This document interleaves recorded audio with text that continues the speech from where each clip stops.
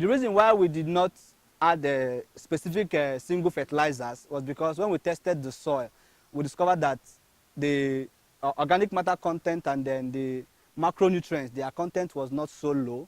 It was still manageable. So a little addition gave us a stable nutrient supply.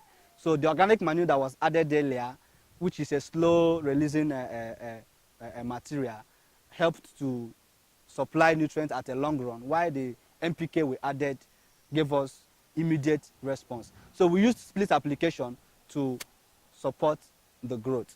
Now, towards the fruit production stage, we now had to mix potassium to help us in seed setting.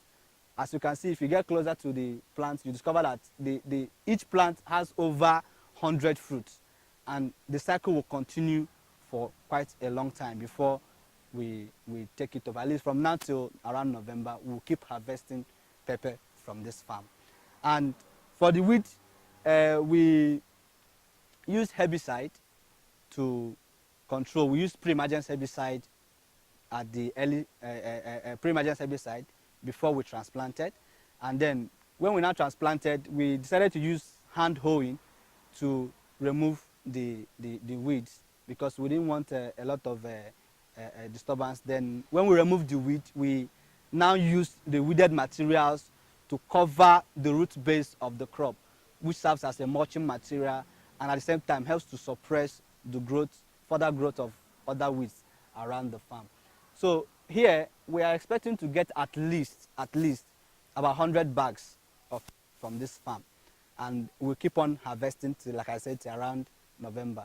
At least between now and August, we should have harvested about 100 bags. Then whatever comes out of it becomes an extra source. I know during water stress around August, September, where we normally have break, we always have a little challenge with yield, and there's no plan for irrigation on this farm as compared to the other farm where we started from. So pepper is a good business. People will always use chilies on their food, and there is always demand for fresh pepper. Then you can also decide to dry and sell. It's based on the choice of the farmer. When you dry, it increases the shelf life of your harvest, which you can decide to sell when during the dry season, when the price for pepper is higher, or you can decide to sell fresh based on the choice of the farmer. Then, under good management, pepper gives you a sustainable income, both as a young person or as an old person. And there is the same cultural practices for other crops is also adopted for pepper farming. I think it's a good shot for anybody that wants to go into pepper farming. Thank you. We have learned so much about pepper production today, and I tell you the truth, Nsukka has done a great job. And I know you're already excited and you're looking forward to having your own pepper farms. Listen, one of the reasons why we are doing what we're doing is so that you'll be motivated to go and do the same.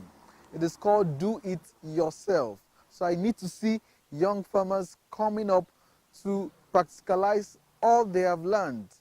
Reach out to us on our social media pages, and we'll be glad to have the pictures of the projects you have done.